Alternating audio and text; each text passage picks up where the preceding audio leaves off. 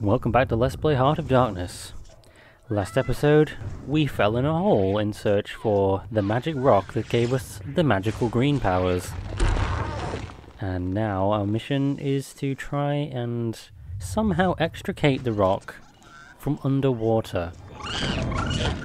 This is going to be accomplished by button pushing and tree growing, if you can believe that. So from this point on, the game kind of gets a little bit more puzzle-centric. Not too much, but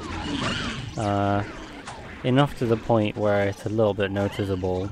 It's already been quite puzzle-centric up to this point, actually, because you have to kind of figure out what the patterns are for getting past certain parts, like underwater section.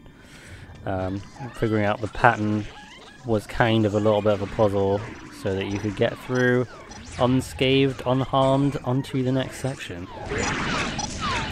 There's not really much to talk about in this part. It's more of kind of the same stuff we've seen before.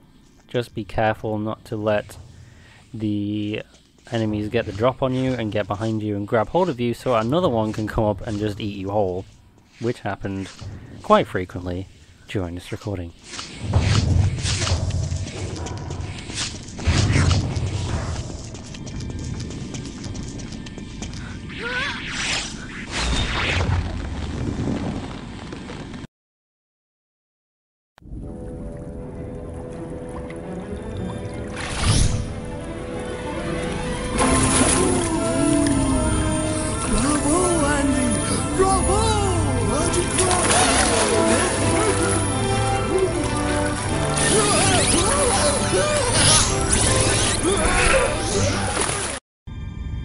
Well, that's pretty much the last of the plant enemies that we're going to be seeing. And now that everybody has the same powers that we do, it's time for us to fight alongside our buddies and defeat these really annoying flying enemies. They're not quite the most annoying enemy in the game. I think that accolade goes to the worm enemy that comes out of the wall that you are currently climbing on, but they're still quite a nuisance. Alright, good job everybody. Alright! We've got the power! Let's rattle some bones! Yeah! After it, boys! Let's boogie! Yeah! Boogie! Sorry, guys! Watch it! A boogie! Yeah! Strike one!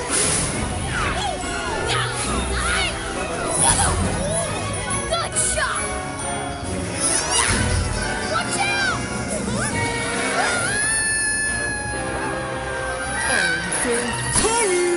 Okay, drop me down there!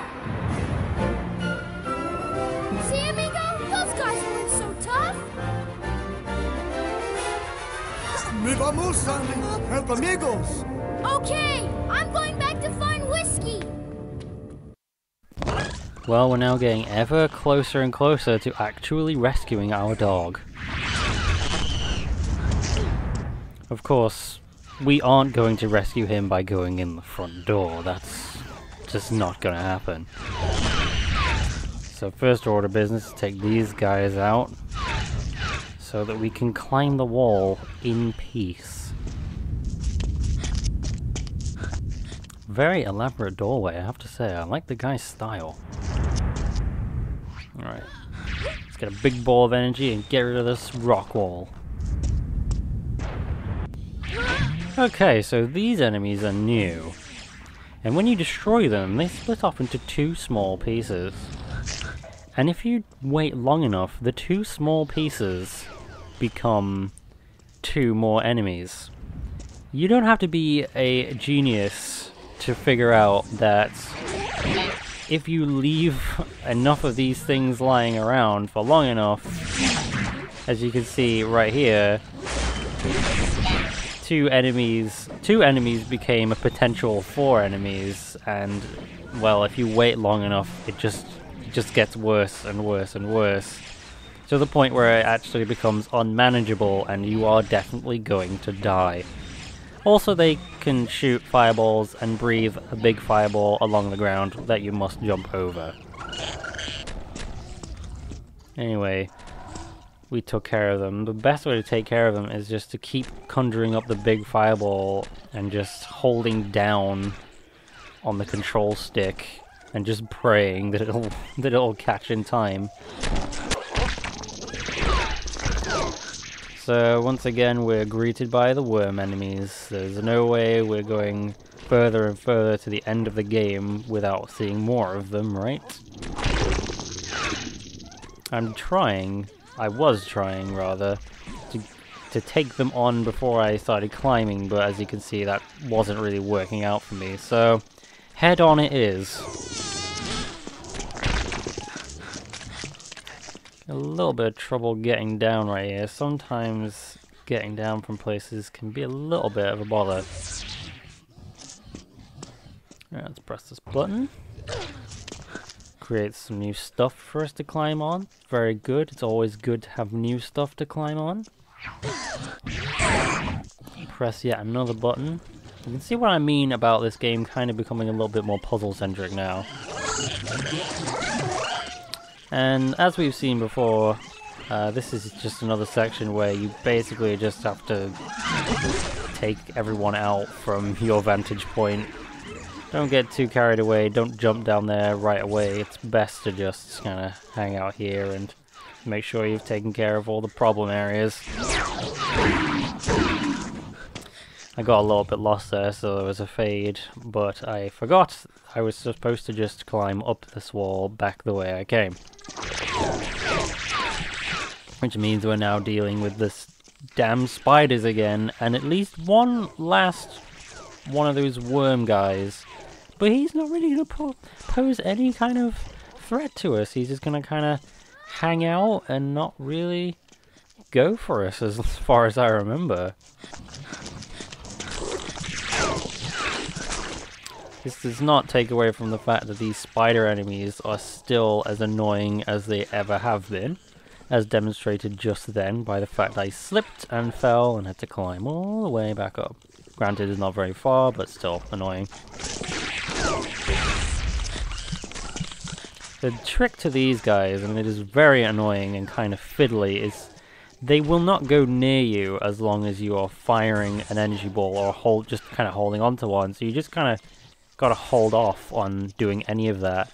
Let them come to you, and then, like at the last minute, throw an energy ball at them. And as you can imagine, that gets quite nerve-wracking when you know that they get hold of you and it's an instant death.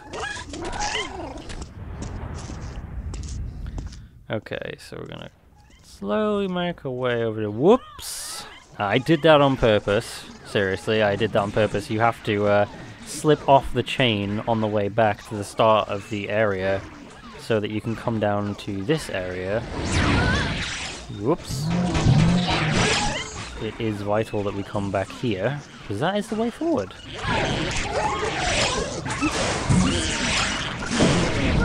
So yeah, you're probably really starting to see what the issue with these guys is that sometimes they respawn faster than you can kill them. You just kind of have to be persistent and aware of whether or not they're firing a fireball or the big one that goes along the ground that you have to do a double jump over. Alright, we took care of them. Okay, so press this button. Again, excellent. New stuff for us to climb on, that's always good. Have yet more trouble trying to get down. It's kind of essential that you press this button on the right first, because if you press both of those buttons, like one after the other, if you press the one on the right and then the one I'm currently standing on, then you not only do you get this massive mass of regular enemies, but, as you're going to see now, you then have to deal with the two larger enemies. And you do not want to have to try to deal with all of that at once, wherever you can avoid it. Alright. There's nothing really down that way as far as I can remember. It's a room that really doesn't go anywhere or goes to an area you've currently been in, and there's no real reason to return to it. Alright, so the trick here, again, showing how the game is getting a little bit more puzzle-centric, is to split that enemy into two enemies. Suddenly the worms are much more interested in the enemies than you, because there's more of them.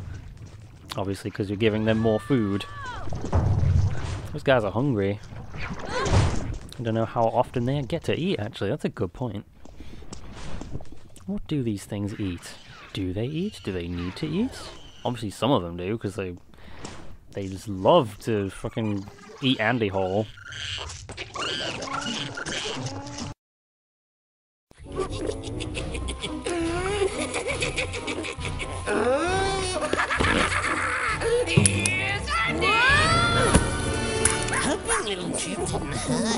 You'll see what real pain is when the master gets here! Well, finally we've been reunited with Whiskey, but unfortunately it's not going to last very long, because our current objective is to escape prison, which is not very hard. Unfortunately that means we have to leave Whiskey behind.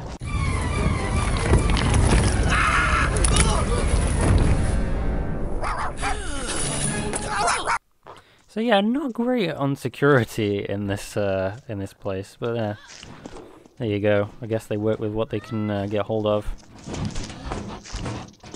Alright, so here, kind of the same deal as before. Watch out for that damn fireball. Create two of these things. And you can't really see the imposing threat right away, but when you create two of these guys, it suddenly becomes apparent exactly why you need to do that.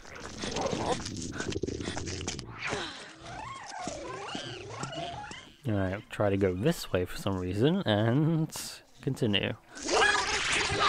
So yeah, this screen has a lot of enemies on it. It's a real pain to try to get past it. There's two of those flying guys constantly throwing fireballs at you. It's very easy for the other guys to kind of get the drop on you, get behind you. So you just have to kind of be careful. Be aware of the fireballs. That's the most important thing to do, is just to try and be aware of the fireballs, because those are the things that will kill you instantly. If an enemy grabs hold of you, you can at least get out the grab before another enemy comes along, and yeah.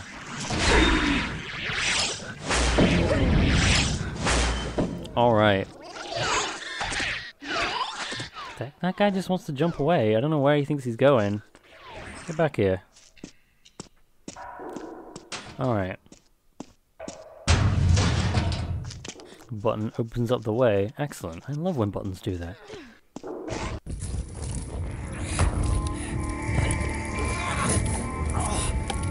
Why do I always get these jobs? Master, look! The magic rock! Now I've got the power! Oh, you have the power too? Well, not for long.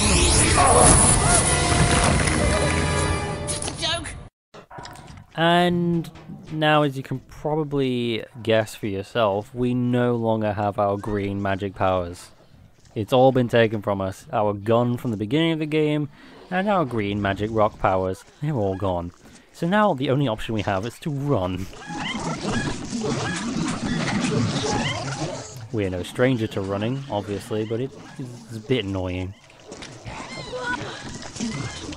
Alright, so we just crawl this way.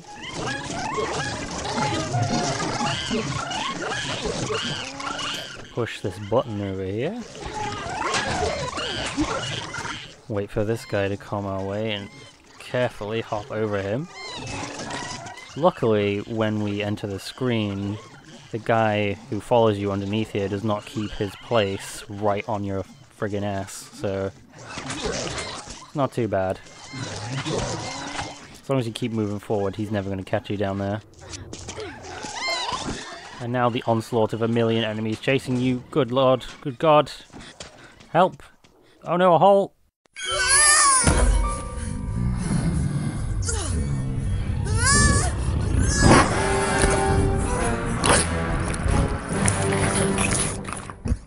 Alright, and that is the end. Thank you for watching Let's Play Heart of Darkness. It's kind of a strange ending, but then again, these are video games, and video games do sometimes have a strange ending, bad endings. We got the bad end. I played the game wrong. I'm sorry. This is a joke. That's not actually the end of Heart of Darkness. There is yet another part. Andy is okay, despite evidence to the contrary. He's fine, and we will be seeing him again next week for the final part of Heart of Darkness. I hope you will join me then. Thank you, and goodbye.